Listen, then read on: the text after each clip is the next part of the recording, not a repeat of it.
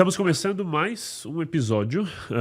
A gente está tentando desconstruir algumas ideias, né? Eu, por já ter dirigido inúmeros podcasts e tendo agora mais um podcast dentro de uma das inúmeras empresas que eu já tive, eu estava conversando aqui no backstage com essa pessoa que eu vou apresentar para vocês, que a gente gostaria, inclusive, até de fazer algo mais escritório, negócio, né?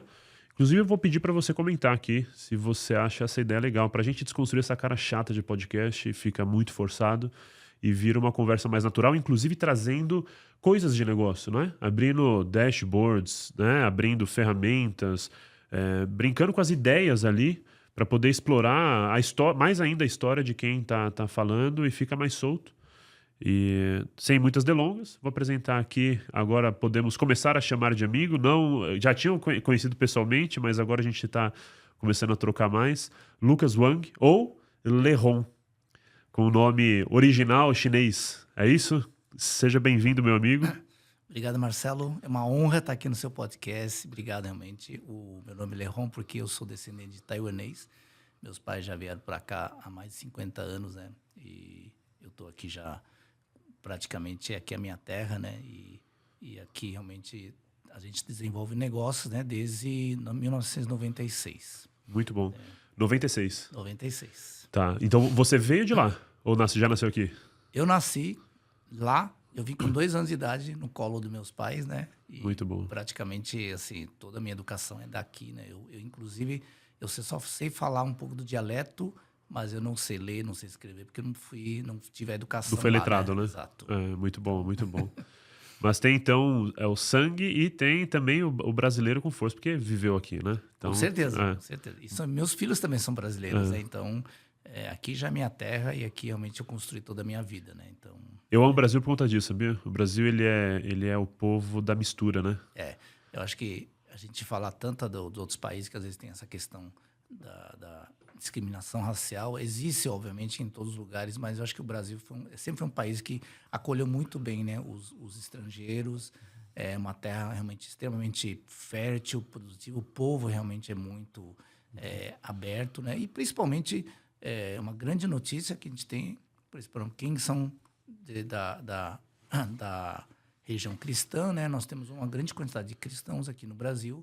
É um privilégio também a gente viver numa terra onde nós temos ainda a liberdade de professar nossa fé, né? Eu acho que isso é incrível, porque a gente vê em muitos lugares que isso tem cada vez mais sendo reduzido, né? Aproveitando até já, então, esse ponto, né? Porque nós temos 2 partes aqui, como todos já estão acompanhando sabem. A primeira parte eu falo mais do humano. Nos negócios eu sou geralmente o cara da inovação. Eu abro o mato, capino o mato e falo assim, agora vocês montem as barracas aqui e toma posse, mas eu já abri o território. Falando de fé.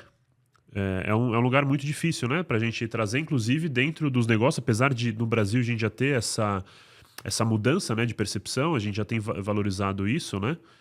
E a gente tem algo muito forte em comum, né? E eu sei, e ouvi dizer, escutei não só de você, mas da minha esposa, sobre o projeto que você tem, que traz esses dois universos, né?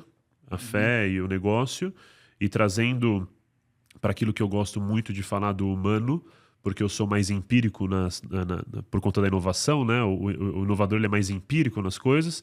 Eu gosto de explorar as ideias. E a fé é o melhor lugar para a gente explorar o íntimo do ser humano, né? E aí, como é que é isso para você na sua história? Como que foi o seu momento de virada? Se é desde berço que você conheceu a Cristo, ou foi na adolescência, pré-adolescência, na fase adulta, ou nasceu em berço cristão, mas só foi entender que era Cristo com 20, 30, enfim. Bom, você resumiu bastante coisa, Marcelo, sobre isso, né? Eu vou contar, então, um pouco da minha história, né? Porque acho que para chegar onde nós estamos nesse podcast, tem que entender um pouco daquilo que aconteceu. Eu acho muito importante também, assim, para as pessoas que estão ouvindo aqui e professam a fé cristã, em primeiro lugar, nunca esqueçam a raiz da onde você veio. E se você veio de uma raiz cristã, procure entender como que tudo isso aconteceu. Então, eu vou voltar um pouquinho, alguns anos atrás, né? Porque é o seguinte, eu emigrei de Taiwan para cá nos anos 60. E Taiwan foi evangelizado, na época, 150 anos atrás, pelos escoceses. E é um país que, naquela época onde meus pais moravam lá, tinha talvez 0,2% de cristãos. Era muito pouca gente. E a história remota porque, lá no passado, meu bisavô, um dia, ele passou na frente de uma igreja evangélica presbiteriana. Ele escutou tocando inário e ele ficou assim, encantado com a música, né? E por curiosidade ele entrou na igreja. E quando ele entrou na igreja, o Espírito Santo foi trabalhando na vida dele, ele começou a ficar interessado, começou a estudar a Bíblia, começou a pesquisar, e ele estudou seminário teológico, né? E se converteu. E dentro dos filhos deles, ele decidiu consagrar o meu avô, que era o filho mais velho, para ser pastor. Então, ou seja, eu já vim de uma raiz de 4ª geração de cristãos, que é uma raridade para um país de 0,2% de evangélicos. Uhum. E aí meu avô, que virou pastor, ele teve 14 filhos, sendo meu pai o filho caçula, né? E ele veio para o Brasil, e quando nós chegamos aqui no Brasil, havia uma comunidade de chineses, taiwaneses, que fundaram uma igreja, são 6 famílias, porque eles entendiam que tinham que adorar a Deus dentro da linguagem deles, né? Que eles não tinham lá na região de Mogi das Cruzes. Uhum. Então, eu praticamente cresci toda a minha infância dentro dessa igreja, né? Uma igreja étnica, aprendi todos os valores cristãos, mas como você falou, né, Marcelo, talvez no momento da nossa vida, principalmente na fase da juventude, você acaba desligando um pouco das coisas espirituais e comecei a buscar as coisas do mundo, né? Uhum. Então, teve uma fase da minha vida que eu me afastei de Deus, mas eu entendo que Deus, ele sabe olhar para os seus filhos, aquelas 99 ovelhas, e um perdido, ele foi lá, me tirou ali, né, daquele lugar onde eu estava. E eu sou muito grato, porque talvez a minha formação cristã não me fez fazer nenhuma loucura, porque existia uma consciência que me falava assim, não faça isso. A raiz, né? Então, eu voltei para a fé, comecei a frequentar a igreja, me casei com minha esposa, também conheci na igreja. E aí, ao longo da minha jornada, na minha fé, eu fui transitando em algumas igrejas, entendendo também a minha espiritualidade, que tinha... a fé, ela tem níveis diferentes também. Uhum. Quanto você quer ir mais fundo ou não. Às vezes você quer, talvez para você, um certo nível de espiritualidade... já está ok, você vai viver aquilo lá, Deus vai te abençoar, tudo bem, mas para algumas pessoas você quer aprofundar mais. E nessa jornada da minha busca, comecei a questionar uma coisa que eu acredito que muita gente pode perguntar, né? Bom, eu tenho chamado não para ser pastor. E aí, existe um estudo que praticamente quem tem chamado para a área eclesiástica, pastor, missionários, seminaristas, acho que não ultrapassa 3% da população do meio evangélico. Uhum. Aí a pergunta que eu faço é o seguinte, e os 97%? Né? A gente vira apenas um cristão de fim de semana, né? A gente chega no sábado, domingo, vai para a igreja, bota nossa roupa, né? Vamos lá, vivemos uma vida cristã em comunidade, na igreja local. Uhum. Depois, segunda-feira, você tira a sua roupa e começa de segunda a sexta, vai viver, né, do seu trabalho. Eu vim de uma formação, eu trabalhei em algumas empresas grandes, né? Trabalhei na Philips, trabalhei na IBM. Uhum. E depois, em 95, quando o mercado de importação abriu, meus pais começaram um negócio e me convidou para trabalhar. Então, eu comecei a empreender juntamente com eles. Então, desde 96, né, eu já trabalho no negócio próprio. E aí sempre me incomodava. O que eu faço com minha fé? Né? Simplesmente, já que eu...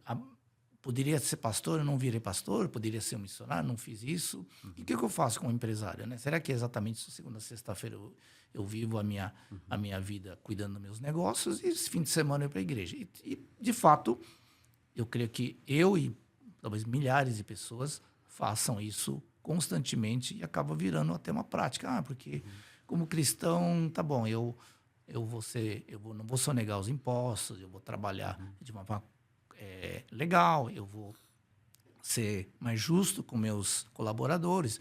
Eu acho que isso não tem nada a ver com você ser cristão, não. Isso é prática que qualquer pessoa deveria ser, eticamente falando. Esse é o básico, né? Esse é o básico, exatamente. Então, não pode dizer, porque eu sou cristão, eu tenho que fazer isso. Não, isso aí já deveria ser por definição. Não importa Isso o tipo... caráter, né? Exato. Não importa que tipo de fé que você tem.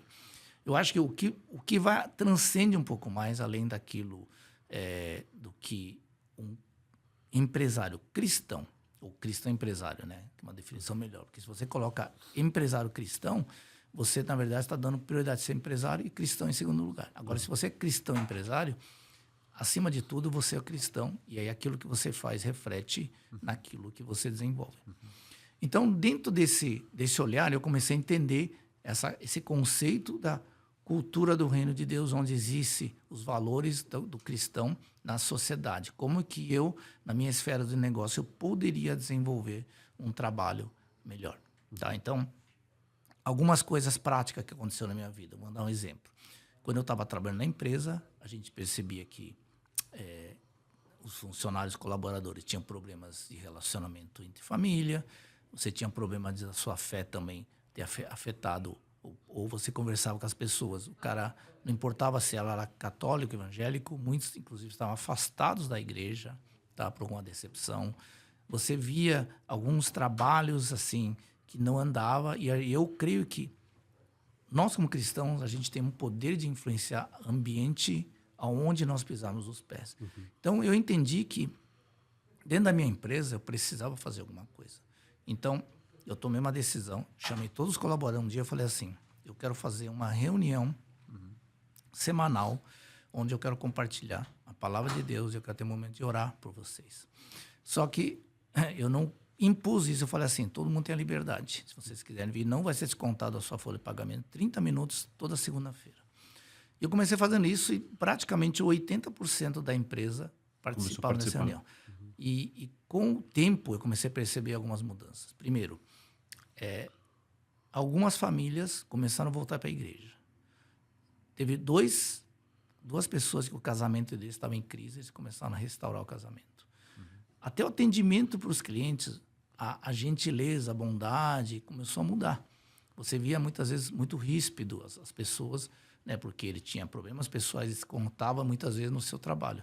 Então você começava a ver uma transformação. E dali eu comecei a perceber, então existe uma responsabilidade de no caso, um empresário, de poder ajudar a transformar esse ambiente. Né? Então isso para mim foi a minha primeira experiência de entender como isso é realmente importante. Muito bom. A cultura do reino em prática. A cultura do reino em prática, né? E com isso eu tenho compartilhado muitas vezes com empresários. Se você não consegue influenciar dentro da sua empresa esses valores, o ambiente, como é que você vai poder realmente trabalhar? Total. E como eu cuido da área de vendas comerciais, muitas vezes, ao visitar clientes, também você vai vendo a situação, da forma de conversar. Eu lembro de uma vez que foi uma situação bem interessante. Eu estava em Juiz de Fora, visitando um cliente, e o cliente tinha acabado de voltar ao médico, ele estava com uma dor nas costas. Falou assim, nossa, está doendo, não consigo nem sentar direito e tal. E eu lembro ali, ainda estava muito, muito novo na minha parte de entendimento. Mas eu senti coragem. Eu lembro que eu cheguei para o cara e falei assim, posso orar por suas costas? E eu lembro que eu impus a mão, né? E eu comecei a orar, declarando cura. Eu lembro que aquele senhor, depois terminou, ele falou assim, nossa, eu senti um calor aqui nas minhas costas, né? E de repente ele levantou assim, falou, nossa, a minha dor sumiu, sabe?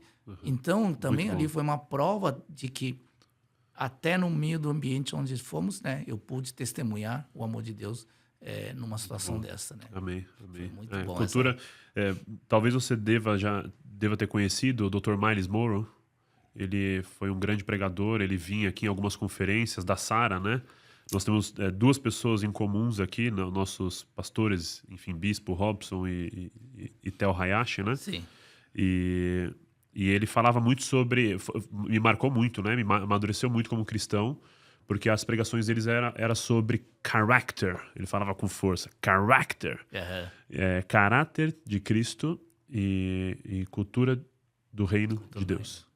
Ou seja, ele tem palavras ainda gravadas, né, no YouTube. Temos a sorte nesse tempo de ter as memórias gravadas, né? Então vale muito assistir as palavras dele. E na prática, a cultura é o caráter exprimido, né?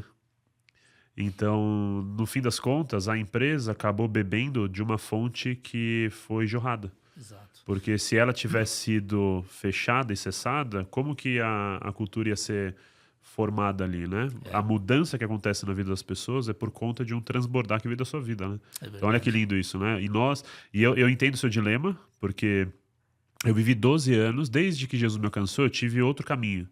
Eu não tive um berço cristão, conheci a Cristo aos 19 anos, ele entrou na minha vida, me encontrou e me resgatou. Eu reconheci como meu Senhor e Salvador aos 19, e aí minha vida mudou, da noite pro dia. E dali em diante eu decidi, eu vou viver para as coisas de Deus, para o reino de Deus e ser um bom instrumento na mão do Senhor. Lógico, imperfeito, mas como um bom instrumento ali na mão do Senhor. E fiquei 12 anos intensamente vivendo o ministério, principalmente ministério jovem, né? Era um jovenzinho ali, já não tão mais, ainda jovem, mas não tão mais. E dos 19 até meus 32 ali, eu fiquei intensamente vivendo as coisas da igreja, do corpo de Cristo. Sim. E eu entrei um pouco nesse dilema de o que eu faço agora, né? Porque eu sempre empreendi também, desde os 19 eu empreendo, comecei a trabalhar aos 14 como cabo MEI, só que chegou esse dilema. Agora que eu vivo intensamente as coisas de negócio, né? Todos os negócios que eu faço, né? Eu falei, o que eu faço com a minha fé? É um dilema, né? É um dilema. Porque se eu não sou pastor, e agora? E assim, voltando à questão da empresa, porque assim, toda empresa tem uma cultura, certo? E a cultura ela é baseada sobre, geralmente, o fundador da empresa e os valores o qual ele vai exercer.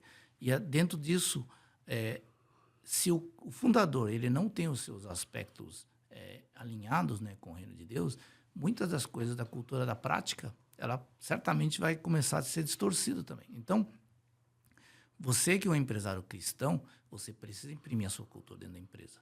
A cultura do reino de Deus.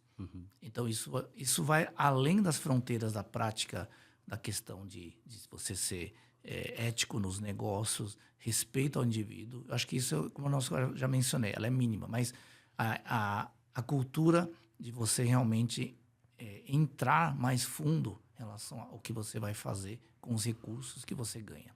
Porque uma coisa que acontece, e isso tem me feito... Eu vou falar um pouquinho sobre um projeto que surgiu no meu coração, né, que eu quero fazer.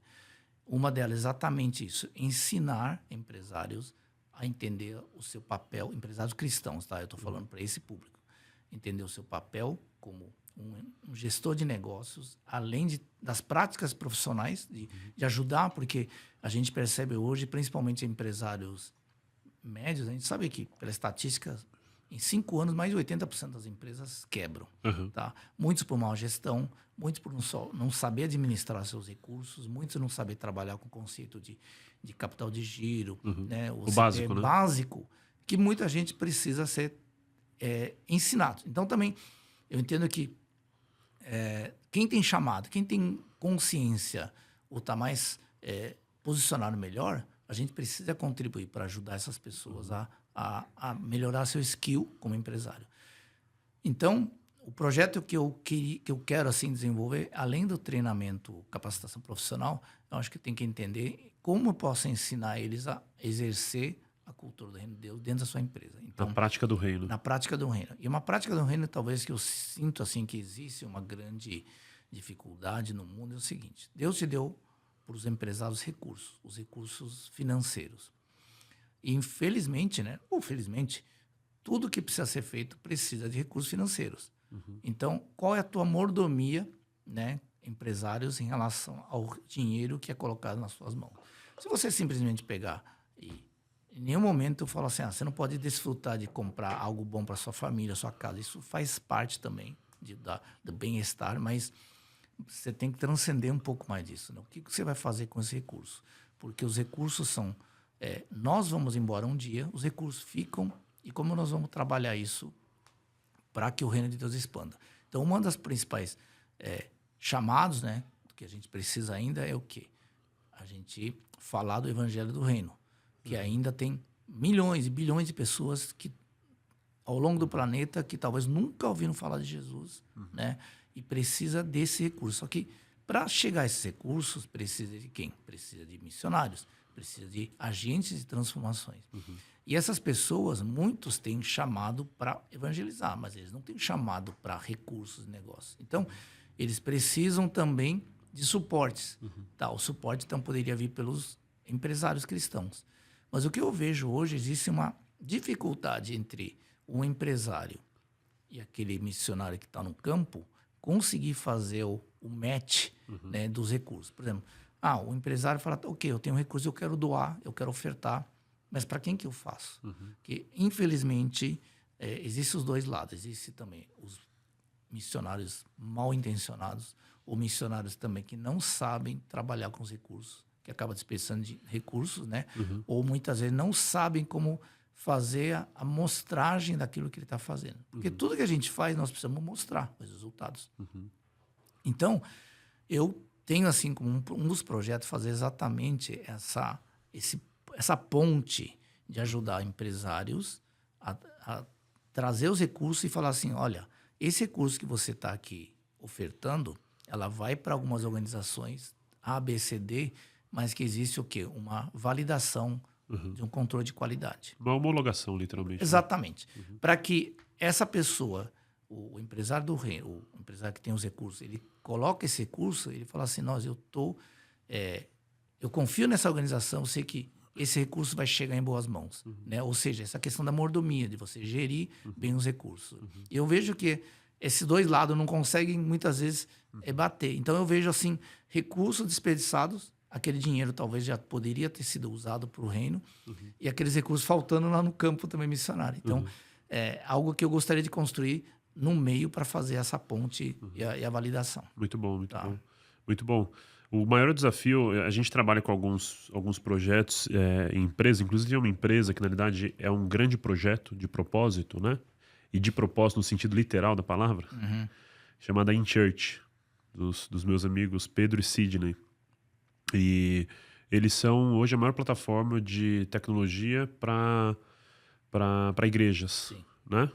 E eles têm um desafio muito grande, porque as igrejas precisam ser letradas, né? Sim.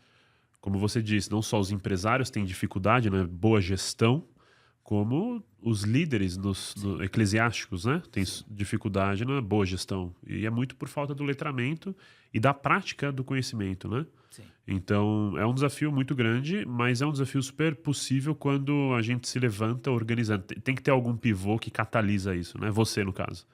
Você é o catalisador, não de uma ideia, né? Sim. Mas de uma movimentação, ou seja, de um movimento que gera transformação através de princípios e valores que nós entendemos de onde vem. Sim. E que facilita essas conexões e executa a missão. No fim das contas, você se torna um grande missionário das missões, né? Conectando o empresário que tem um recurso, que quer fazer a sua parte, porque o empresário deve, principalmente o empresário cristão, deve exercer a boa missão. Exato. Né? Entender esse espaço de eu sou mordomo, na realidade, daquilo que eu recebo. Exato. Eu falo isso, inclusive, até o Positivamente. Positivamente é um projeto que Deus não me deu. Ele me confiou, é diferente. Porque não é meu. Sim. Né? Eu sou mordomo desse projeto. Então, o grande desafio é esse, né? É fazer essa conexão, mas super factível quando tem os catalisadores. Pessoas intensas, cheias de vida, que entendem o seu real propósito, que vão fazer isso acontecer. Por isso que a gente até compartilhou de aqui é casa, né? O que a gente puder somar, com certeza, do nosso lado, a gente vai somar. É muito bom. Eu acredito muito no caráter cristão quando ele é bem vivido, né? Porque, no fim das contas, nós somos pecadores, caídos, né? Depravados. Isso. E a gente tem que ter essa consciência que não é uma consciência leve nem fácil de aceitar. Porque isso mexe com a vaidade. Apesar de que o cristão, quando reconhece Cristo, ele entende que a vaidade talvez seja a sua única barreira de nunca ter reconhecido o verdadeiro Salvador e o verdadeiro único Deus onipotente, onipresente e onisciente, né? Sim. Mas quando o reconhece, ele começa a entender essa grandeza que não é dele, né? Porque somos só algo porque Deus nos faz algo, né? Exato. Deus nos resgatou do lugar da imundície, do pecado, para um lugar de vida, né? Que transborda, que prospera, né? E não prospera dinheiro apenas, prospera tudo. Prospera Né? tudo. Porque onde há vida, há abundância, né? Exato. Então, tem frases. Uma vez eu tenho uma frase de lado numa situação e de um empresário que se dizia cristão, só para a gente entender os dilemas que nós vivemos, né? E aí eu vou até fazer essa provocação para ti para ver se você lembra de frases semelhantes. Pode ser um bate-bola rapidinho em cima disso. Tá. Eu escutei uma vez de um empresário cristão falando o seguinte, né? Ele estava numa situação na contratação de um profissional que eu tinha indicado, o profissional fazia um bom trabalho, entregava, e aí a empresa não estava pagando para ele. E a empresa falava uma palavra específica, um valor específico que definiu a cultura daquele lugar.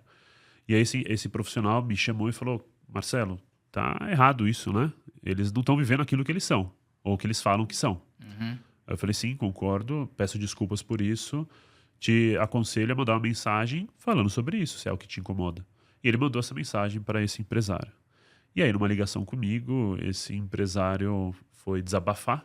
Eu estava no carro, inclusive, com a minha esposa, a gente estava na estrada, e eu fui conversando com ele, como eu estava dirigindo, botei no Viva Voz, né, para conversar com ele, e ele falou: quem ele acha que é para falar que eu não tenho esse valor, que a empresa não tem esse valor? A sorte dele é que eu sou cristão. Ai, ai. E aí, a gente percebe nessas pequenas falas a pouca profundidade da consciência de quem ele é. De quem nós somos, na realidade, né? Não é a sorte dele que ele é cristão, né? Não é porque ele é cristão que ele vai colocar uma máscara, né? Para poder exercer aquilo que, no fundo, ele deveria entender que existe uma podridão, né? Uhum. Que você, quando você escuta essas coisas, você deve escutar inúmeras coisas também. O que você acha sobre isso? Então, primeiramente, eu acho que existe um conceito que eu já vi muitas vezes errado, é o seguinte, né? Às vezes a pessoa, ela invoca o nome de Deus, mas buscando a bênção. Ou seja, a bênção financeira e espiritual, de fato, para quem é filho de Deus, ela pode vir, mas não somente sempre em formatos financeiros. Porque eu vejo muitos empresários, o cara com, nossa, eu estava lá no Vale da Sombra das Mortes, eu estava quebrado, eu não tinha mais recurso, sabe? Eu clamei a Deus, Deus me abriu as portas, e aí comecei a prosperar. Você escuta esses testemunhos, o cara fala, nossa, então você que isso é muito bom, porque Deus vai lá, te abençoa com os recursos financeiros, né? E principalmente quem é adepto à teologia da prosperidade, né? Aí começa a mostrar os carrões que ele anda, né? Ou até, vamos falar, hoje muitos pastores coaches, né? Que não tem nenhuma formação teológica correta e simplesmente abre a sua influência na internet, mas o que ele está mostrando é a riqueza dele, o que ele tem. Porque eu confio em Deus e Deus me deu isso aí. Então, esse conceito, para mim, eu acho muito distorcido em relação ao uso do nome de Deus, né? A sua fé com a pessoa. Eu entendo que uma coisa que agora eu estou falando isso para os empresários cristãos, né? Você tem que entender uma coisa. Nós vivemos sobre o mesmo teto da parte das leis locais. Nós vivemos sobre o mesmo teto dos tributos que nós temos que pagar. Nós vivemos sobre o mesmo teto das dificuldades, né, desse mercado. Sabemos das práticas sujas e ilegais que, infelizmente, o Brasil abre muitas brechas. Tá? Isso vai desde o poder público que é corrompido, desde a pessoa que corrompe, né, porque ele também precisa ganhar. Ou seja, vivendo num ambiente desse, você fala assim, nós vamos competir com esse pessoal. E aí? Eu devo ou não devo entrar na prática dele? Se eu não fizer a prática dele, talvez eu não sobreviva. Então, esse tipo de palavra vai sendo jogada na tua mente e aí os empresários têm que viver e falar assim, não, mas se eu não fizer isso, eu não vou conseguir sobressair, eu vou quebrar. Ah, se eu não negar os impostos, eu não vou conseguir quebrar. Eu não vou conseguir ser bem-sucedido. E aí, nessas horas, a sua fé é colocada meio de lado. Você fala assim, Deus, entendo o seguinte, eu tenho que abrir umas exceções aqui, porque, infelizmente, aí você traz justificativa. Ah, porque o país não é justo, o governo realmente cobra muito, e, de fato, tudo isso é uma verdade. Realmente, né, o Brasil é um país realmente que tributa muito dos empresários e tributa mal. E aí você tem que se viver num dilema disso, né? Como é que nós vamos viver isso? E na prática do dia a dia, realmente, na hora de pagar as contas, na hora que vier a pressão, não importa se você é crente ou você não é crente, esses problemas chegam para você. Né? Então, como é que você vai lidar com isso? Então, eu entendo, dentro da minha prática eu tenho o meu negócio hoje há 29 anos. Meus pais, por serem cristãos, né, que são fundadores da empresa, ele apenas deixou uma palavra muito correta para mim. Ele falou assim: você pode fazer o que quiser na empresa, mas eu não quero ver práticas desonestas, porque isso aqui tem a ver com valores que eu construí. E como é o dinheiro que eu estou colocando, eu não quero ver esse tipo de coisa. Se você não concorda com isso, você vai procurar outra empresa. Então, você pode tocar a empresa, mas existem esses valores. Então, dentro desse parâmetro, nós construímos a empresa há 29 anos, baseado nesses valores. Falar assim, a empresa no Brasil sobreviver 29 anos não é tarefa fácil, tá? Foi fácil? Não. Foi muito difícil. A gente sofre todos os dias os mesmos problemas de concorrência desleal, tá? De empresas que tentam puxar nosso tapete. Isso nunca deixou de acontecer. Mas nós confiamos em Deus. Nós passamos por dificuldades também. Tivemos em fases aí, quase que a empresa quebrou, mas também, graças a Deus, a gente conseguiu recuperar. Ou seja, nós vivemos esses 29 anos tempestade, como qualquer empresário passei no Brasil, as dificuldades. Mas nós mantivemos íntegros em algumas áreas que a gente entendeu que essa prática a gente não queria fazer. Né? E Deus, nesse ponto, foi fiel conosco. Tanto que nós vamos comemorar ano que vem 30 anos de fundação da empresa. 30 anos de 30 empresa. anos de empresa. Irmão, Tá. 30 anos. Vamos ter 30 anos de empresa, de negócio? Amém. Esses Vocês dias, também recebem os 30 anos, 40, 50, né? É isso aí. Então, eu posso sentar hoje e testemunhar isso, senão eu não estaria falando sobre isso de uma forma, sabe, escancarado, sem nenhum medo, porque realmente eu tenho esse testemunho de vida da fidelidade de Deus sobre meus negócios. Tá? Não é fácil, mas eu entendo que tem que perseverar. Só que aí eu entendo que Deus traz o quê para nós? Estratégias criativas, nos traz para a gente oportunidades. Então, a gente precisa desenvolver outras ideias. Outras ideias que, inclusive, né, acho que o Marcelo, que é especialista em IA, depois vai falar sobre esse assunto, né, mais para frente, que são muitas coisas interessantes que a gente pode aproveitar os recursos que o mundo hoje oferece. Total. Né? Então, o empresário cristão, ele precisa ser, além de tudo, sempre uma escala melhor. Por exemplo, quando a gente fala de esfera de negócio, o médico, para ele ser cristão, para ele ser reconhecido, não basta ele dizer que eu sou crente. Ele tem que ser o melhor médico na profissão que ele faz. E a sua fé, ela agrega para que as pessoas tenham credibilidade.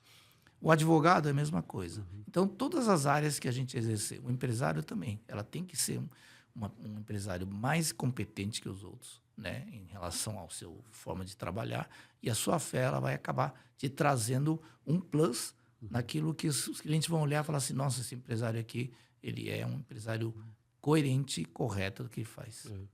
Não tem como. Integridade é algo que não se fala, né? Ela se enxerga, né?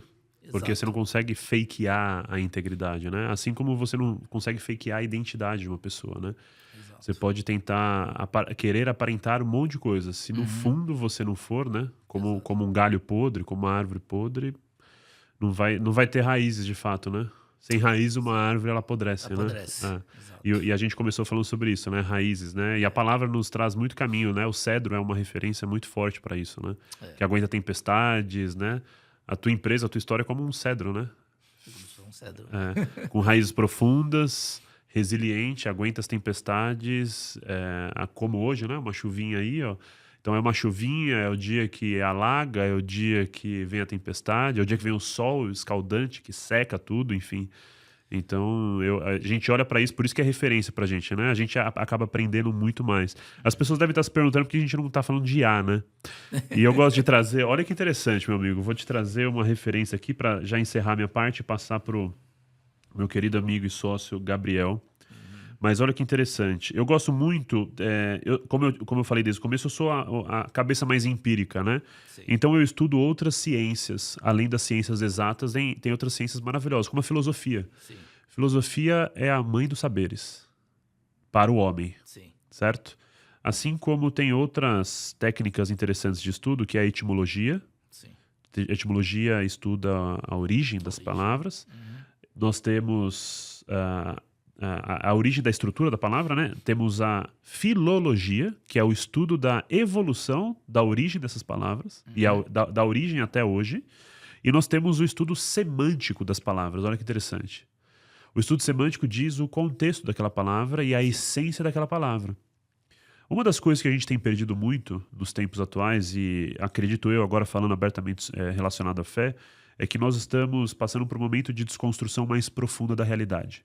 Já que a gente já está numa sociedade líquida, você já deve ter ouvido falar sobre esse conceito, e numa era pós-verdade, onde cada um tem a sua verdade, não existe mais um centro da verdade, né, que dita a boa justiça a todos. A semântica é um lugar interessante para a gente voltar a entender a essência das palavras, o propósito das palavras. Por exemplo, tem um conceito na filosofia que diz esvaziamento da palavra. Quando você tira, como se cada palavra fosse uma caixinha. Se eu pego amor e tiro a origem e o propósito do amor, eu deturpo aquela palavra. Certo. Assim como de língua para língua muda-se o contexto daquela caixinha. Por exemplo, amor no português só é amor, não tem raízes diferentes. Quando você vai para a etimologia da palavra amor no grego, Diferente. você vê que tem raízes diferentes. Amor de pai para filho, amor de marido para mulher, né?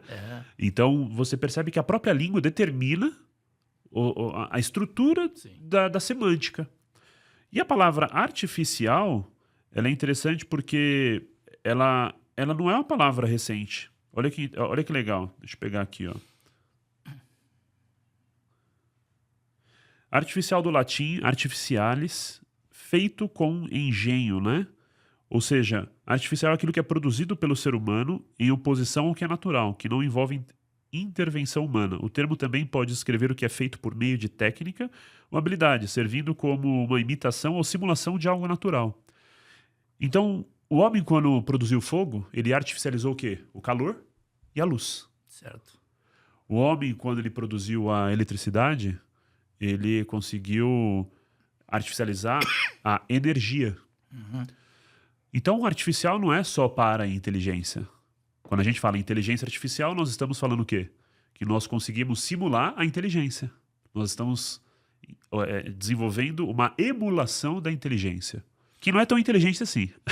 Se você pensar nessa etimologia, é muito interessante porque se você para pensar, o conceito de transportes veio também disso. Né? A gente usa nossos pés, mas criaram carros, criaram aviões, criaram outros meios de balsas, transporte. barcos. Exatamente, para facilitar a nossa vida, né? De uma forma incrível, avanço dessa parte. Então, acho que a inteligência, né, como você falou, artificial, que ela emula uma coisa real, ela tende a fazer o quê? Fazer com que progrida aquilo que existe já mais rápido. É isso aí.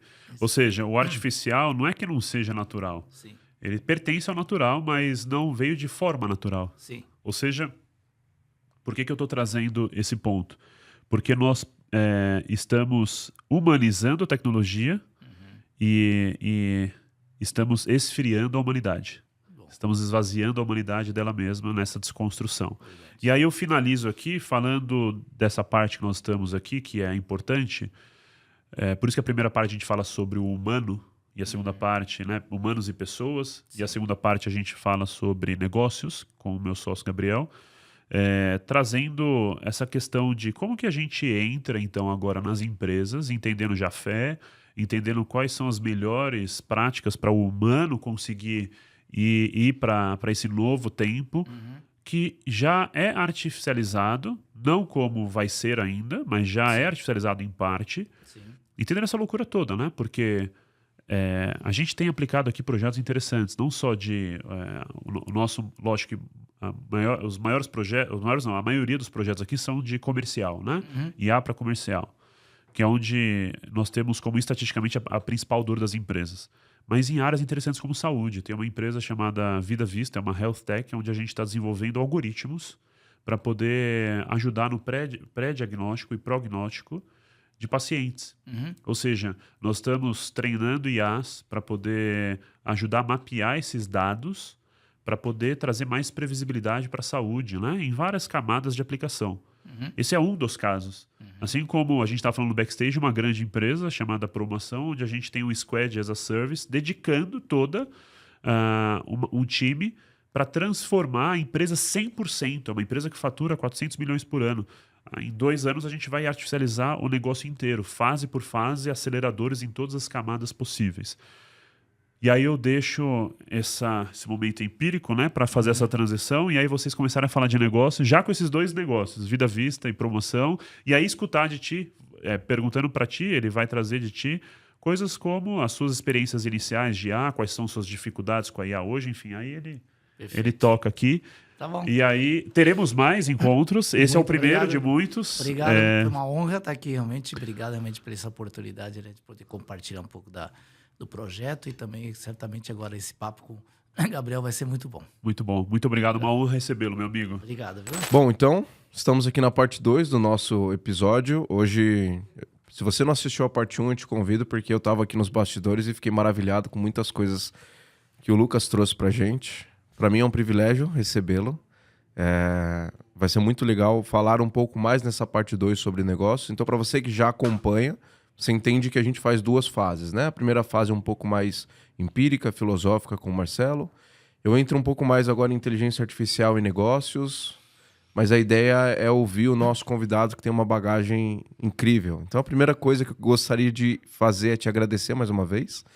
Para mim é uma honra recebê-lo e conhecer um pouco do que eu já ouvi nos bastidores, mas conseguir explorar um pouco mais do lado empresarial agora.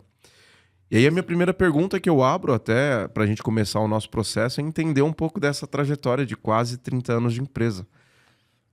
Tá bom, obrigado, viu, Gabriel? Para mim é uma honra, né? Essa primeira parte que eu gravei com o Marcelo foi muito legal, poder compartilhar um pouco da minha vida, né?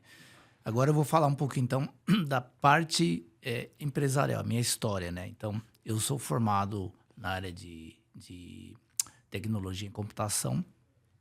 Eu comecei exercendo essa área, trabalhei alguns anos em São Paulo, trabalhei na Philips, trabalhei numa empresa de simuladores de aviões, e eu decidi desenvolver, com o tempo, estudar um pouco sobre marketing, para entender, gostava dessa área.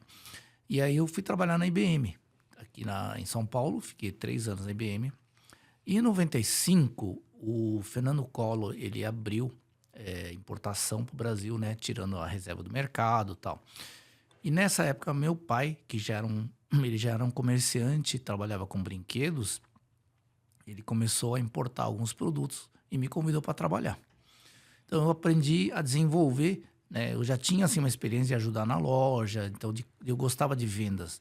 Então, ele me pediu para ajudar nas vendas dos produtos deles. Então, eu comecei a desenvolver área comercial com ele e gradativamente fui pegando gosto para o empreendedorismo, né? E de lá para cá, em 96, nós fundamos uma empresa chamada CHTech. Hoje é uma empresa que faz 29 anos. Ano que vem nós vamos completar 30 anos de fundação. Nós somos uma empresa que nós trazemos produtos de escritórios para papelarias. Então, nós desenvolvemos uma série de produtos. Os nossos principais produtos, assim, que a gente tem uma relevância maior, são calculadoras eletrônicas, fragmentadoras de papéis, aquelas máquinas que você corta os papéis e destrói documentos, né? E também plastificadores de papéis e produtos de corte, como guilhotina, refiladores, que são usados hoje no escritório. Então, nosso negócio é desenvolvido sobre revendas. A gente tem revendas em todo o Brasil.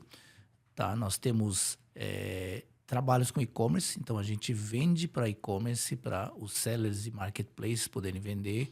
Então, nós temos um trabalho onde eu tenho uma equipe de vendedores, representantes comerciais e vendedores de televendas. E a gente faz esse trabalho, então, já desde 96 até os dias de hoje, né? Muito legal. Eu nasci em 95. Então, eu tinha 1 ano de idade, a empresa já estava nascendo. Então, quase acompanhando junto quase ali. Junto. Muito legal. E para você, como que foi natural esse processo de transição da carreira de tecnologia para o mundo do empreendedorismo? Foi algo que sempre pulsou no coração? Ou por ser algo familiar, acabou te guiando ali de maneira mais natural dentro do processo? Acho que essa é uma pergunta que acho que varia de cada um, né? Mas talvez eu tive um veio de empreendedorismo porque é o seguinte: quando eu tinha 12 anos, meu pai tinha loja já. E eu tinha que ir lá trabalhar. Na verdade, eu odiava isso quando era criança. Eu falei, meus amiguinhos na escola, tava todo mundo de férias, eu tinha que te ajudar. E como ele vendia brinquedo, na época Natal, é a época mais forte, né, de vendas, Natal, Dia das Crianças. E eu tinha que ficar lá ajudando, eu ficava revoltado. Eu falei, pai, eu tenho 12 anos, eu tenho que ficar aqui na loja ajudando. Mas eu acho que com o passar do tempo, eu comecei a entender a vantagem, a vontade de atender clientes, uma coisa que eu sempre gostei. E mesmo diante disso, meus pais nunca foram assim me pressionar de fazer alguma carreira. E tanto que eu acabei exercendo uma carreira de exatas, acho que por causa da influência de colegas. Eu trabalhei 3 anos na área de mais técnicas, né? E depois, quando eu entrei na IBM, eu comecei a exercer um pouco de carreira de marketing técnico, porque eu tinha que visitar os clientes, eu dava suporte técnico. Mas eu comecei a visitar cliente, eu comecei a pegar gosto em relação a atendimento com o cliente, de relacionar. E eu sempre fui uma pessoa bem relacional. Então, quando abriu essa oportunidade de negócio, meu pai me convidou, eu não pensei 2 vezes. Falei, tá bom, eu vou tomar essa decisão de começar a empreender. Então, assim, foi uma coisa natural. E aí a empresa foi crescendo, nós assumimos eu assumi a responsabilidade de tocar a empresa, né? E e aí a empresa foi crescendo e eu naturalmente acabei entrando nesse ecossistema de uma forma que realmente é algo que eu realmente gostava de fazer mesmo. É importante, né? Porque eu costumo brincar com o Marcelo aqui, a gente passa muito mais tempo dentro do negócio do que na vida pessoal, como pessoa física, né? Eu vivo mais o CNPJ do que o meu CPF no dia a dia. E se você não gosta daquilo que você faz, de fato se torna um peso. E é uma responsabilidade, né? A minha primeira empresa, que eu nem chamo de empresa porque ela nasceu na mesma velocidade que ela desapareceu, foi um e-commerce de óculos. E aí, na época, eu tinha alguns distribuidores regionais aqui em São Paulo, na região do centro, e eu comecei a estudar um pouquinho sobre como eu poderia importar. A minha cabeça, a empresa era pequena, mas a cabeça era grande. Sim. E aí eu me inspirava muito naquilo que a Chili Beans faz hoje, né? De produzir fora e trazer. E aí era um dos objetivos. É um sonho que ainda vive no coração, talvez um dia volte para essa empresa que está ali guardada. Sim. Mas o empreendedorismo ele vem trazendo algumas pílulas, né? Ao longo da vida, ao longo do dia a dia. E isso é muito legal. Até pegando o seu gancho de importação, então eu vou falar um pouco também sobre isso. Uhum. Porque é o seguinte, então assim, nossa empresa a gente sempre importou, porque infelizmente o modelo de industrialização no Brasil, né, ela foi praticamente destruída por conta de vários problemas, não tem incentivo. Nós temos uma competição extremamente injusta por conta, né, das leis trabalhistas que não favorecem nem o trabalhador nem o empresário. Tá? Poderia haver uma correção melhor para isso, mas infelizmente isso não acontece. Então, a carga tributária que é feita aqui para um fabricante, um industrial, ela torna-se extremamente onerosa. Então, a China aproveitou essa fase, não somente aqui, no mundo todo. Ele tornou-se hoje uma grande mão de obra mundial. Então, ele conseguiu trazer com que todos os produtos pudessem ser produzidos lá. Então, de fato, a China hoje é disparadamente hoje a empresa, os países que têm maior índice de produtividade, competitividade. É óbvio que nem tudo, mas uma grande maioria das coisas, né, consegue trazer isso. Então, com o tempo, eu fui aperfeiçoando. Por exemplo, eu faço viagem à China anualmente para visitar feira, visitar fornecedores. É um processo de importação, não é tão simples como você falou, né? Você tem esse sonho, mas ela é viável realmente para qualquer um hoje que queira realmente pensar em empreender. Tanto que eu tenho um projeto também, eu faço um projeto de levar empresários que queiram ir para a China, tá? Porque não é tão simples ir para a China, chegar lá e negociar. Então, eu tenho lá, por exemplo, lá tem uma maior feira do mundo chamada Canton Fair, que ela realiza em abril e em outubro, tá? Então, geralmente, por exemplo, abril agora, próximo abril do ano que vem, eu vou montar uma equipe, as pessoas querem ir lá, posso ajudar esse pessoal a visitar a feira e conhecer os produtos e fazer toda a ponte. E o empresário que trabalha com importação também tem uma outra coisa, que acho que aquela hora você comentou. A partir do momento também que você resolve empreender, é diferente de você trabalhar dentro de uma empresa que você tem uma carga horária definida. O empreendedor não tem mais horário, não tem mais férias, não tem mais 30 dias de férias, né? Então, você tem que começar a adaptar isso de uma forma diferente. Ainda mais no meu caso, que importação, nós temos um outro agravante. O fuso horário na China é 12 horas. Então, esse horário que eu estou comentando de dia aqui, lá é à noite já. Então, muitas vezes eu tenho que fazer reunião ou meu horário aqui meia-noite, onde é meio-dia lá para poder conversar. Então, você acaba também... essa é uma parte difícil, você lidar com família. Como é que você vai trabalhar seus negócios com a família? Porque se mistura muitas coisas. Então, você tem que saber organizar a sua vida, porque senão você começa a atropelar seus relacionamentos familiares e detrimento do seu negócio, ou vice-versa. Tá? Então, essa, para mim, são algumas dificuldades que tem na importação. Mas é algo hoje ainda que é viável, porque ela te traz mais competitividade, né? Assim como o seu sonho de trazer óculos, quem sabe realmente você montar a sua própria marca, né, o Gabriel? Essa é a ideia para daqui a alguns anos. Hoje o foco da inteligência artificial, mas isso vive, né? É um sonho que mora no coração, então quem sabe a hora que eu tiver mais calmo, eu volto com isso. E é muito legal pensar e ver um pouco dessa jornada, né? Porque para quem está assistindo, seja empresário ou quem está começando a se aventurar pelo mundo do empreendedorismo, são algumas camadas que a gente acaba esquecendo, né? Nesses últimos anos, como que você fez para balançar todos esses pratos entre família, negócios, essas relações entre fusos? Como que você tem conseguido orquestrar tudo isso de uma maneira que ajude, né, a gente a se manter sempre no centro ali da família e dos negócios? Isso é um desafio, não é fácil, realmente, como eu comentei com você, né? Porque principalmente quando você assume a posição de empreendedor. Quem aqui é empresário, que trabalha com empreendedorismo, seja ela pequena, média ou grande, sabe dos desafios, né, do dia a dia. Desafios dentro da empresa, de você gerir um negócio, de você trazer colaboradores que sejam produtivos e bons. Então, você tem que treinar as pessoas, tem que capacitar, tem que ter um olho muito sensível de olhar as pessoas, né? E, além de tudo isso, você tem que se preocupar em vendas, em ser competitivo, né?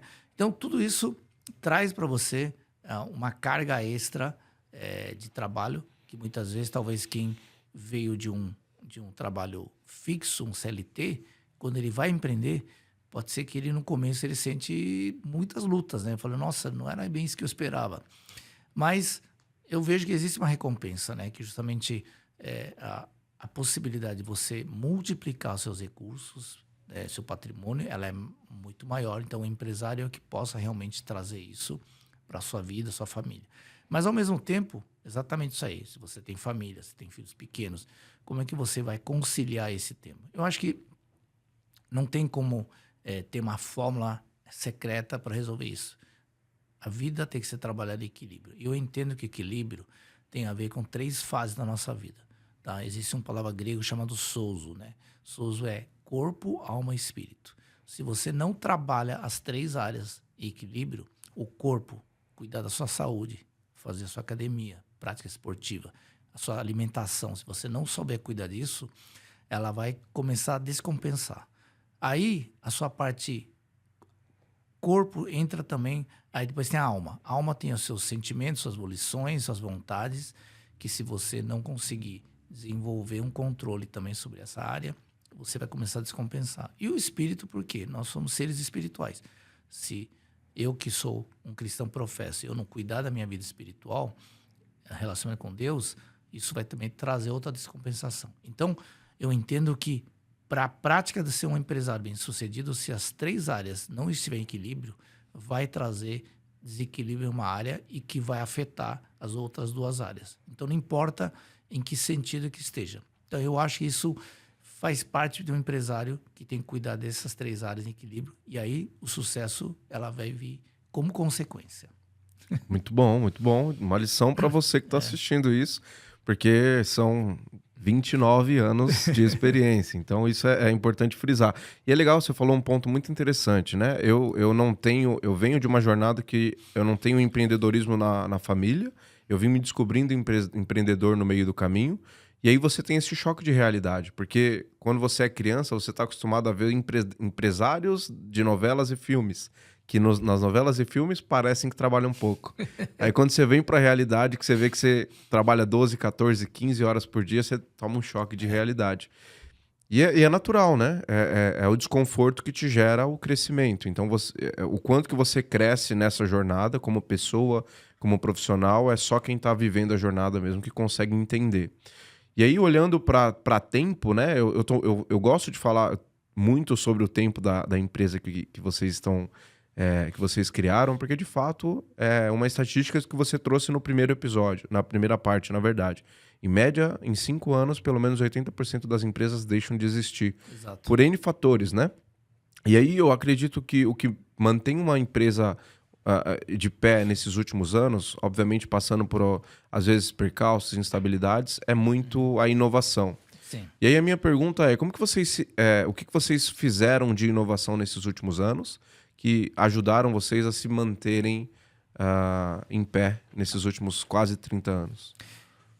Acho que assim, esse assunto é muito interessante.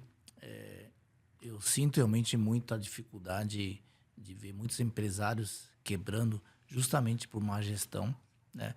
Infelizmente, quem sai, de repente, de uma família que nunca teve empreendedorismo, é exatamente isso aí. Você tem que entender o seguinte: é para todo mundo empreendedorismo? Pode ser, desde que você esteja ciente que você vai abrir mão de muitas coisas. E eu já falo para quem quer empreender. Esquece aqueles da novela que o cara só quer ficar na praia, tomando água de coco, tá? Não é bem assim no começo. Precisa abrir mão de muitas coisas. Realmente trabalhar 14, 16 horas, como você falou. No nosso caso da empresa, como eu falei já no primeiro episódio, nós entramos com... a empresa foi fundada por meu pai, né? E mais uma sócia, tá? Que é da família também. Só que os dois sócios, eles têm visões também do reino de Deus, são cristãos. Então, um dos fatores que meu pai deixou muito claro é o seguinte: ele não abria mão da questão da integridade, de fazer as coisas na prática correta. Ele falou: não quero qualquer tipo de prática desleal, porque se for fazer assim, é melhor nem começar a empresa. Então, essa foi a cultura, foi impressa na nossa empresa. Vamos trabalhar de forma correta. Trabalhar de forma correta no Brasil, tá? Não é uma tarefa fácil. A gente sofreu inúmeras competições. Mas eu creio que uma das coisas que me ajudou muito a compreender o trabalho foi o seguinte: quando eu trabalhei 3 anos na IBM, a IBM é uma empresa que hoje é a maior empresa de tecnologia do mundo. E lá dentro eu aprendi muito sobre excelência, a qualidade do produto.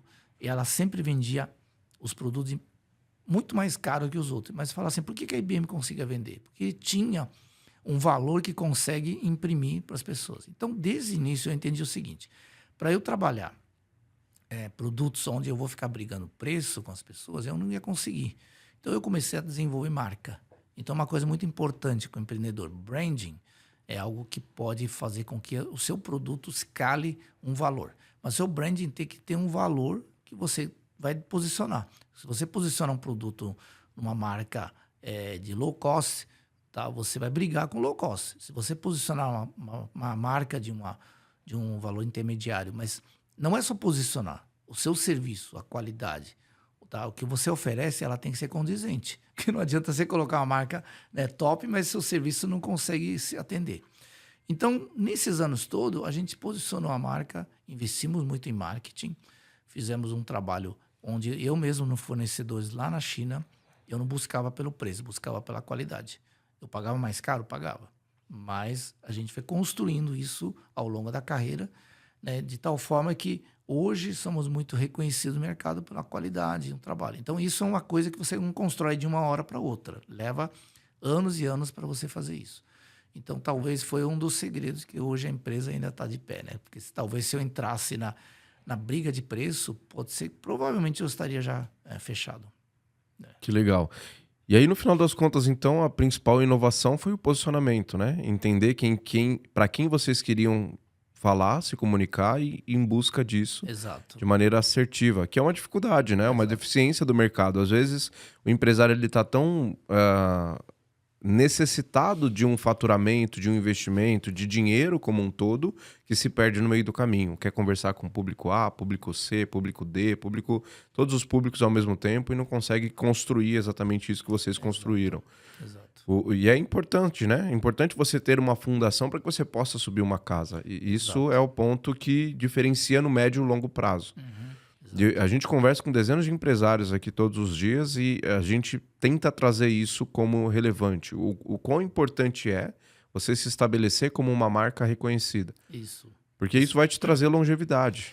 E principalmente Por exemplo, nós trabalhamos com commodities, tem produtos que não têm, muitas vezes, diferença de valor agregado. Mas como que a gente conseguia fazer isso? Tem que construir realmente um diferencial. Quando você se fala de um produto que tenha, talvez, serviço muito... Por exemplo, nós, como nós vendemos esses produtos escritórios, qual foi o diferencial que nós construímos ao longo do tempo? A gente começou a dar assistência técnica. Então, eu nomeei vários postos autorizados no Brasil todo.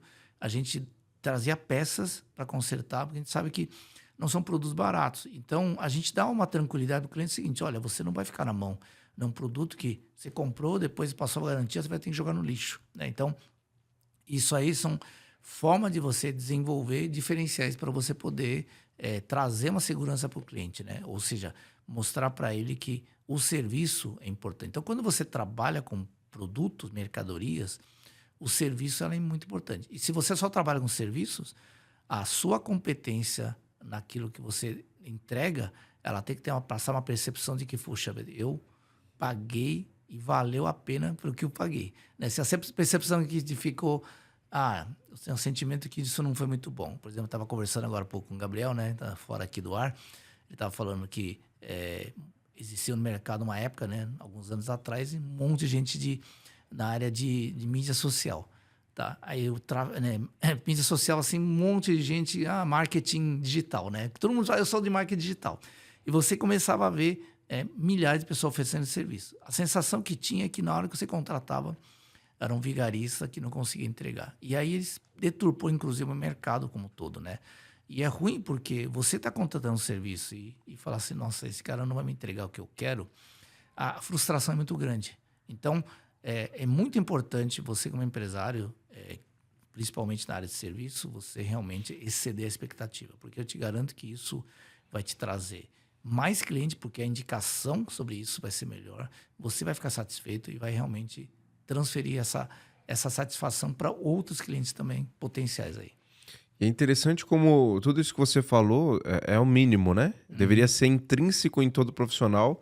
E um dos pontos de inflexão do início da minha jornada empreendedora foi exatamente um cenário parecido como esse. Eu contratei um serviço de um prestador de marketing digital na época, quando eu tinha o sonho da loja virtual, da marca. E aí, enfim, foram alguns meses de trabalhos que não me trouxeram resultados, exatamente porque o ponto de vista ele era diferente. Ele não era pautado em resultado, era pautado em dinheiro. Exato. E hoje, como vivendo tudo que eu estou vivendo dentro dos negócios, eu entendo que o dinheiro ele é consequência de um trabalho bem feito. Exato. Então, a importação, o produto final que eu vendo, seja ele um produto ou um serviço, o quão eu me preocupo com o meu cliente no final do dia é o que vai me manter longevo. Exato. Isso aí não tem preço. A gente, às vezes, quem estuda marketing na faculdade, a primeira coisa me fala, o cliente é mais importante, né? Mas quanto de fato a gente coloca o cliente em primeiro lugar? Né? Eu acho que uma coisa é você falar, outra é você realmente entender o quanto isso eles representam para a gente.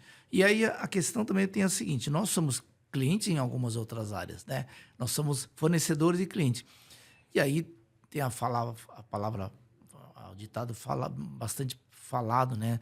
Trate os outros aquilo como você gostaria de ser tratado. Então, se você não tem esse tipo de pensamento naquilo que você entrega, como é que você vai exigir dos outros? Né? Então, é uma troca que você tem que entender que ela só vai trazer benefícios se você realmente se dobrar e trazer um serviço de qualidade. É a premissa básica da relação humana, né? Exato. No mínimo, respeite para ser respeitado. Exato. E tenha respeito pelo seu cliente, pelo valor que ele está dispondo ali, porque às vezes é a última solução que ele está buscando ali como para sobreviver de fato dentro do negócio. Exato. Então, o prestador de serviço ou o próprio vendedor de produto, ele não pode ser negligente.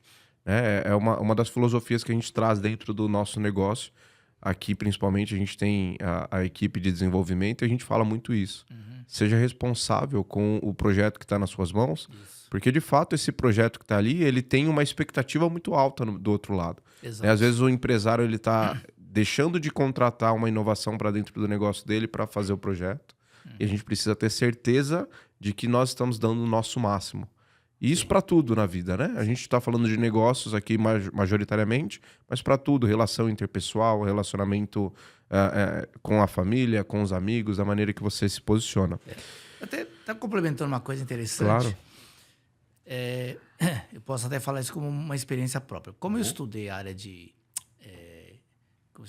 TI, né? Eu fiz tecnologia de computação e durante 2 anos eu trabalhei na Philips. E isso é uma coisa interessante porque existe sempre uma dificuldade do analista e o consumidor, o usuário final, né? De falar aquilo que precisa e o outro entender o que precisa desenvolver. Eu acho que isso não muda hoje, né? Tanto no seu negócio também de IA ou qualquer outra área. Então, eu acho esse é um desafio muito difícil de você conciliar. E principalmente na área de tecnologia, eu sinto isso uma frustração muito grande, porque muitas vezes o analista ele vai lá escutar a necessidade do cliente. E o cliente muitas vezes não sabe nem o que ele quer, né? E aí ele traz uma dor que não sabe transmitir corretamente e o analista entende de uma forma errada, né? E aí vai desenvolver um produto que causa, muitas vezes, essa decepção, a frustração. Eu acho que isso, principalmente na área de TI, eu acho que existe um ponto muito importante, o profissional dessa área realmente conseguir entender bem, né, a necessidade do cliente. Porque talvez tenha que gastar muito tempo, mas eu acredito que se isso for bem desenvolvido, a chance do sucesso vai aumentar bastante. Eu assino embaixo. Essa semana a gente fez uma palestra numa faculdade em Guarulhos, a gente falou sobre profissões do futuro. E aí todo mundo está muito preocupado com o que pode acontecer, né? Com a revolução da IA, e a IA vai roubar meu emprego, o que eu vou fazer, como que eu vou estar no mercado daqui 5 anos?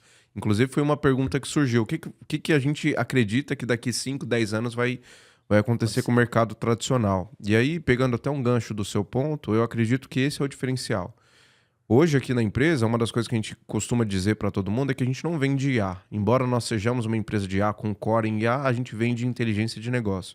Porque entra nisso. Se eu não entendo a necessidade do seu negócio, como que eu vou construir uma solução que é 100% personalizada, mas sem um entendimento? Sim. Então, no final, você está esperando receber um laço, eu te entrego um barbante para você amarrar.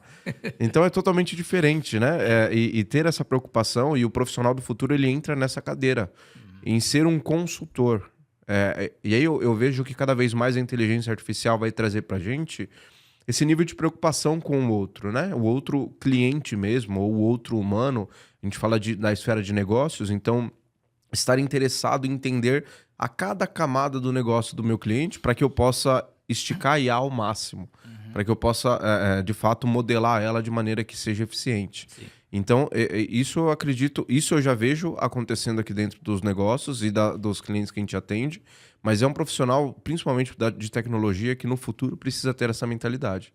Porque se ele achar que só fazer aquilo que ele está contratado para fazer ou que está no escopo dele, de fato ele vai ser substituído por uma máquina. Exato. E na verdade, já que a inteligência artificial vai resolver uma boa parte da parte braçal do trabalho, é justamente, eu acho que o profissional que vai fazer a customização, né? Se ele realmente conseguir despender mais tempo, então, na verdade, eu acho que parte de um outro tipo de entendimento profissional. Porque o profissional de TI, talvez no modelo atual, muitas vezes ele vai lá, pega lá, que tipo de RP que você usa, que sistema que você faz, como você faz. Ou seja, ele tenta entender o fluxo de informações de dados só, né? E aí ele vai lá tentar, então vou modelar o meu negócio para que os dados dele sejam capazes de comunicar. Mas eu acho que esse lado humano do profissional, ele muitas vezes esquece o que ele precisa fazer. Porque eu entendo que muitas vezes o próprio profissional, o empresário de uma empresa, nem ele sabe o que ele quer, né? E aí entra o consultor qualificado que justamente pode detectar, falar assim, olha, você tem esse negócio aqui, mas existe uma oportunidade que possa amplificar seu negócio de tal forma, só que ele tem que saber explicar para vender para o cara entender. Nossa, realmente eu não tinha enxergado isso. Então, eu acho que esse profissional que só vai fazer isso, não precisa se preocupar que não vai ter problema de perder emprego, não. Com certeza ele vai ter muitas oportunidades aí. Vai ter uma profissão longeva. E é interessante porque isso que você comenta conecta direto com aquela manchete e aquelas matérias que a gente vê hoje. Qualquer busca que você fizer na internet sobre projetos de IA, 85% dos projetos de IA estão falhando exatamente por essa camada. A gente identifica que existem 2 camadas importantes. A primeira delas é quem está por trás do projeto. É a peça É a pecinha entre a cadeira e o computador que não Exato. sabe, não sabe fazer as perguntas corretas. E a outra é as tecnologias que ainda não estão preparadas para receberem IA. Hoje a gente declina de projetos dependendo da tecnologia que está embarcada no processo comercial, porque ela não está preparada para isso. Sim. Então isso é de extrema importância, né? Quem tá, o profissional do futuro, e aí quando eu falo futuro, eu falo daqui 1 ano e meio, 2 anos, ter essa consciência de negócio. E aí são muito mais profissionais que vão intraempreender.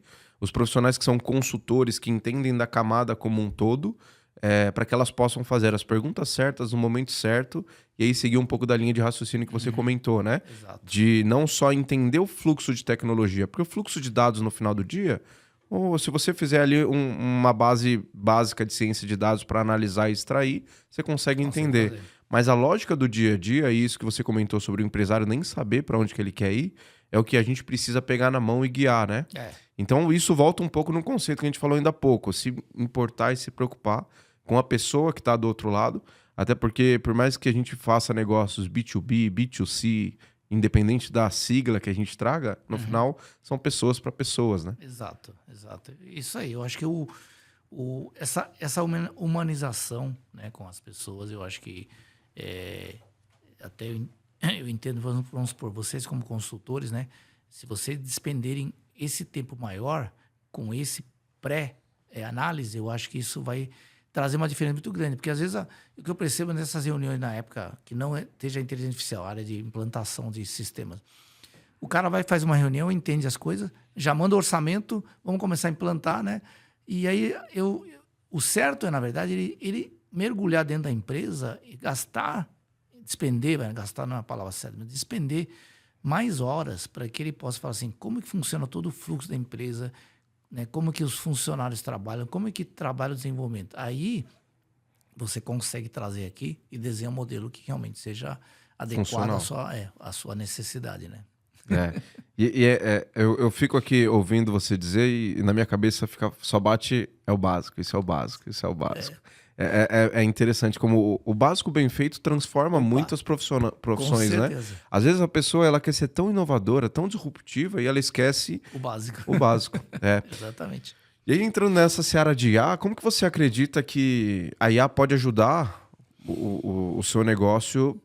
Eu acho muito interessante o negócio que você tem de levar as pessoas para a China, né, para participarem das feiras, entenderem o mercado, até porque a gente está falando de uma cultura totalmente diferente.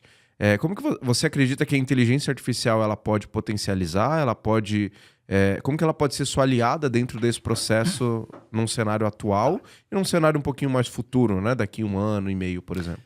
Bom, eu vou falar como um usuário que está iniciando IA, né?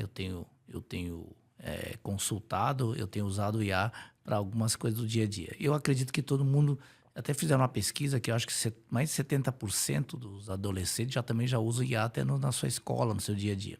Então isso está aumentando cada vez mais a facilidade com que o acesso tem, né? E a gente estava conversando agora há pouco, Marcelo, o problema do IA é o seguinte, se você entra com informações ruins, você recebe informações ruins. Então o desafio é como você consegue melhorar essa qualidade do input para que seu output seja realmente, de fato, relevante. Mas uma coisa prática do dia a dia, por exemplo, um exemplo que você mencionou sobre viagem à China, né? Como é que eu posso usar IA aqui? Um primeiro ponto importante que você pode pesquisar, isso já está à disposição. Primeiro, pesquise sobre a China. Vai lá, coloca IA, me fala sobre a situação da China, porque é tão básico, muitas vezes, o seguinte, qual a moeda que é usado, qual é a prática, são os costumes que você tem que fazer, porque tem que entender, culturalmente é um país muito diferente. E às vezes, para você não passar gafe de você chegar lá, então um exemplo muito simples aqui, quem gosta de comer comida japonesa, né, oriental em geral, tá? Porque a cultura asiática ela é muito parecida em muitas coisas. Então, uma dica, você vai num restaurante japonês, vai comer aquele ramen, né, aquele macarrão com caldo, né? Aí você usa palitinho, hashi, aí você come e tal, terminou, você deixa o espeto, né, em cima daquele pote bowl. Isso aí é extremamente ofensivo para a cultura oriental. Por quê? Porque na cultura oriental que tem budismos, eles usam incensos, né, para queimar, para homenagear os seus antepassados.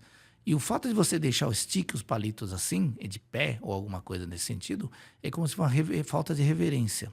Então, o seu certo é você pegar o stick e colocar na mesa, deitado. Tá? Então, aí você não aprende esse tipo de informação. Vai lá na China e aí você chega no restaurante e vai passar vergonha, entendeu? Então, esse tipo de gafes, informações de inteligência sobre um país antes de você viajar, você consegue extrair isso tudo da inteligência artificial, que já te traz uma infinidade de informações para que você chegue lá melhor preparado. Né? Eu acho que assim, em qualquer área na nossa vida, se você vai investir um dinheiro para ir para lá, você não vai fazer turismo, você está indo lá para fazer negócios. Então, pensa o seguinte, você vai gastar dinheiro, vai gastar passagem, que é uma viagem longa, você vai gastar hotel. Se você vai fazer tudo isso, se você não preparar, eu diria que você vai perder uma parte da sua oportunidade. Então, a inteligência artificial ele pode reduzir muito aqueles acessos de informações que talvez você não tinha na ponta dos dedos. Então, hoje não tem mais desculpa de falar, eu não sabia disso. Você praticamente tem tudo à sua disposição, né? Saber as coisas e de forma, inclusive, muito mais fácil, porque você faz a pergunta, né? Faça bem a pergunta, aí o resultado vai ser bom. Assim como todo IA, o segredo é perguntar bem para ter uma boa resposta, né? É muito interessante. É incrível a gente ver como que as coisas evoluíram, né? Eu tenho 30 anos de idade, então eu já nasci numa era... Na verdade, eu fiz a transição, né? Eu nasci em 95, sim. Nos anos 2000 começou ali o boom da internet, das coisas. Agora as novas gerações já nascem artificializadas dentro desse novo mundo. E hoje a gente não tem mais espaço para ser burro, né? Essa é a verdade, porque eu tenho o meu celular ao meu lado que me traz a possibilidade de encontrar informações sobre tudo no mundo. No passado, e aí é interessante falar no passado eu tinha o Google. É legal quem vê esse episódio daqui a alguns anos talvez nem lembre o que é Google. Brincadeira, o Google vai continuar existindo. Mas é legal a gente ver essa diferença, né? Hoje eu tenho outras IAs que me trazem informações muito mais profundas. Então eu não tenho mais... a desculpa que eu esqueci ou que eu não sabia já não cabe mais. É muito mais sobre você ser profissional, uma pessoa interessada, engajada e afim, né? De se desenvolver como profissional. Tem pesquisas agora que saíram recentemente que o uso excessivo da inteligência artificial tem atrofiado o cérebro das pessoas, porque as pessoas têm usado a IA para tudo. Desde mandar bom dia no grupo da família a fazer pesquisas mais profundas. Então as pessoas estão deixando de pensar. Isso é um problema, né? Porque aquilo que era para ser uma ferramenta, uma extensão do nosso cérebro, tem se tornado o próprio cérebro. Então até que ponto isso é prejudicial e comprometedor para as próximas gerações, né? Então é um detalhe que a gente tem que se atentar e de fato se cuidar para que no futuro a gente não sejamos substituídos pelas máquinas porque nós ficamos burros e nós mesmos demos espaço para elas. Essa afirmativa que você faz, na verdade, é um receio que eu também, às vezes, eu tenho. Eu fico pensando, será que eu estou me emburrecendo, né, em relação a isso, né? Então eu sempre me vigio para que o uso da inteligência artificial ela torna-se um complemento de uma ferramenta para você. Então, exatamente, eu não posso viver... Inclusive tem uns memes, né, que fazem o Grok, né? O Grok, ele hoje é interligado hoje no X. Então é muito engraçado, porque todo mundo fica lá, é verdade, Grok? Tudo que não sei o que, Grok, isso aqui faz... E aí você percebe que tem os memes que o cara aparece, aquele cara, Grok, é verdade? Grok, me explica isso, Grok faz aquilo, né? Então, assim, exatamente é uma piada para gozar, tirar sarro das pessoas, porque eu acho que as pessoas também extrapolam as perguntas e aí denota também a falta de vontade de pesquisar as coisas. Então, acho que tudo que seja ela boa, ela tem que ser usada com sabedoria e equilíbrio, porque na hora que você extrapola o uso dela de uma forma errada, eu acho que isso vai realmente prejudicar muito.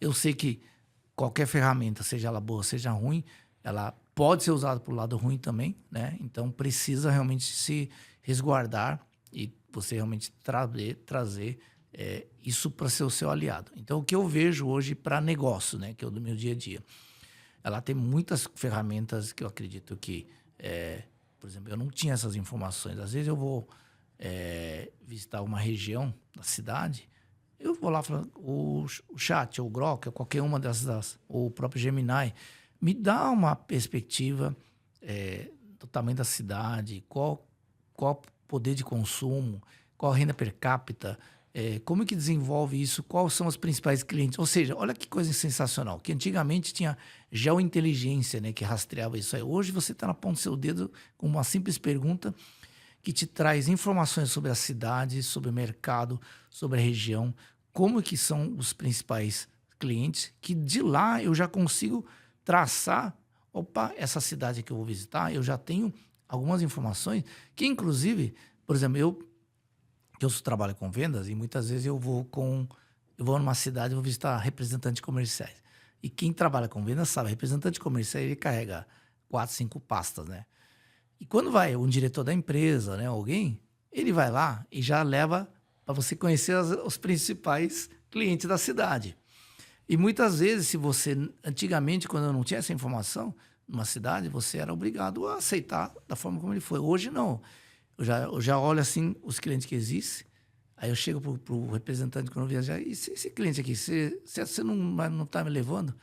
Ah, é que esse cliente aqui não é muito bom. Ah, não sei o quê. Então, eu já começo a cutucar o vendedor e dizer, olha, eu conheço alguns clientes, eu sei a região aqui, e você não tenta me enganar, tá? Me mostra os clientes que existem ainda, por que você não vai lá? Porque muitas vezes é um problema pessoal dele. Ele não quer ir lá, ou brigou com o cara, então não é porque o cliente é ruim, é porque, na verdade, ele não consegue colocar lá dentro. Então, isso, para mim, a inteligência artificial já é uma grande ferramenta que não tinha isso antigamente. Então, isso te traz preparo. Então, eu vejo assim, quando você sabe usar a ferramenta de inteligência artificial ao seu favor, ela passa a ser um instrumento que te dá um poder de tomada de decisão muito mais assertiva. E eu acho que é isso que a inteligência artificial deveria ser para ajudar os empresários. Assina embaixo mais uma vez. Maravilhoso. É exatamente para isso que eu acredito que ela possa servir. Para você que está assistindo a gente até aqui, a gente está chegando no final do nosso episódio, da parte 2 do episódio. Esse episódio, para mim, ele foi maravilhoso, muitos aprendizados de vida como profissional. Eu vou fazer a última pergunta, que eu acredito que é uma pergunta que encaixa muito bem para a gente se encaminhar para o encerramento desse nosso episódio. Que, na verdade, eu gostaria de saber de você o que te motiva a continuar buscando sobre tecnologia, aprendendo sobre inteligência artificial, fazendo as suas viagens para a China, levando empresários. Eu sei que existe ali, né, no topo da pirâmide, o resultado que tudo isso traz. Mas se a gente for um pouquinho mais para baixo, qual que é a principal motivação? Bom, eu sempre fui uma pessoa que gosto de aprender e desenvolver. E eu penso assim, nós somos ensináveis em todas as áreas. Então, não importa a nossa faixa etária, nós podemos aprender dia a dia. E o nível de conhecimento que o mundo se proporciona é muito grande. Então, eu tenho filhos hoje que já estão com 22 anos, né? E muitas vezes eles sentem uma certa dificuldade, são da geração Z, eles perguntam assim, pai, como é que você desenvolve uma conversa com as pessoas, né? Então, uma das coisas, assim, principalmente quem é mais relacional, né, que a gente trabalha com vendas, primeiramente, né, eu acho que a gente tem que saber um pouco de tudo. Então, não basta hoje, antigamente, só saber de futebol e já podia gerar uma conversa. Mas eu acho que hoje se fala muito de política, a polarização que tem, né? Eu acho que tudo isso é importante para o ser humano saber um pouco de tudo. Então, sou uma pessoa que me motiva a desenvolver conhecimentos para que possa desenvolver. Então, a inteligência artificial, como é uma coisa muito falada, mas existe muito hype em relação a isso, mas eu acho que a gente tem que olhar o seguinte, do que de fato isso pode ajudar. E de fato, eu estou vendo algumas coisas na minha prática, no meu dia a dia, que realmente tem me ajudado a crescer. Os meus negócios eu quero expandir, isso faz parte também da cultura do reino, para poder realmente servir aquilo, a mordomia que Deus colocou na minha mão, para que eu faça isso de uma forma bem feita, né? A viagem à China, ela, na verdade, veio um complemento, porque eu fazia isso todo ano eu ia para lá, eu vou para lá, né? E aí um amigo meu falou assim, por que você não começa também a levar as pessoas e trazer, abrir um pouco a mente e uma oportunidade de fazer? E nossa empresa também pode fazer assessoria, de prestação de serviço para ajudar a importar. Então, inicialmente, talvez o cara não tenha volume, eu posso dar esse suporte. Mas, inicialmente, abrir a cabeça, a mentalidade. Eu penso assim, tudo que a gente consegue fazer com que as pessoas possam ser uma pessoa melhor hoje do que ontem, Tá? Isso é uma prática muito importante. Eu tenho um chamado dentro da Bíblia dos 5 ministérios, né? Que é mestre, pastor, apóstolo, profeta e apóstolo, mestre, pastor, profeta e... Faltou mais um agora. Calma aí. Apóstolo, mestre, pastor, profeta e... Se não lembrar, a gente coloca na descrição depois aqui o quinto. Nossa, me deu um branco. Então, apóstolo, mestre, profeta... Eu não... Tem que usar agora... A gente vai usar Vamos lá, inteligência artificial. vamos pedir testar ajuda aqui da IA. agora. Ao IA, vivo. hein? Ao vivo, vamos usar o IA aqui, hein? Vamos lá. 5 ministérios da Bíblia. Olha que interessante. Vamos testar aqui. 5 ministérios aqui. Então, pastores, apóstolos, profetas, evangelistas e mestres. Muito bom. Ao vivo aqui fazendo. A IA do jeito certo, meus amigos. Do jeito certo. Então, assim, desses 5 ministérios, eu tenho um chamado por mestre, né? Eu gosto de ensinar. Então, eu entendo que a gente não pode reter o nosso conhecimento. A gente precisa educar. E a gente olha também, voltando à situação. O Brasil é um país que poderia estar muito desenvolvido, mas porque a nossa qualidade de educação ela é muito ruim, né? Infelizmente, a educação no Brasil, ela se perdeu e não tem colocado uma qualidade. Então, com isso, nós vemos faculdades péssimas, ensino médio, ensino fundamental. Então, se as pessoas não têm uma formação boa, você não consegue realmente ter carga de conhecimentos que possam melhorar a sua vida. Então, também não adianta ter uma inteligência artificial fantástica, porque a pessoa não sabe fazer pergunta. Então, tem que desenvolver a inteligência emocional, inteligência espiritual, para depois trabalhar em inteligência artificial, porque senão de nada não vai adiantar também. É isso aí. Muito obrigado mais uma vez. Para mim foi uma honra, um prazer e um privilégio. Esse conteúdo ele foi de grande valia. Sim. Entrou em algumas camadas muito boas. A parte 1 ela foi maravilhosa, então se você não assistiu e está assistindo a parte 2, te convido a assistir a parte 1 porque tem bastante coisa legal para você aprender. A gente falou muito sobre o ser humano, a fé e outras camadas. Então assista e para você que está até aqui, siga a gente nas redes sociais e continue acompanhando os próximos episódios. Pra gente acabar, como que as pessoas te encontram nas redes sociais? Eu tenho uma conta no Instagram, meu Instagram é @lwang, né, HUANG67. Então vocês têm a minha conta no Instagram. E tem também a minha conta Negócios do Reino. Então, @Negócios do Reino, tudo junto, também é a conta onde eu vou desenvolver essa parte dos negócios do reino também. Muito bom. Tá bom? Meu amigo, muito obrigado. Prazer, muito Prazer obrigado. é todo meu. Uma honra aqui também estar aqui. Até a próxima.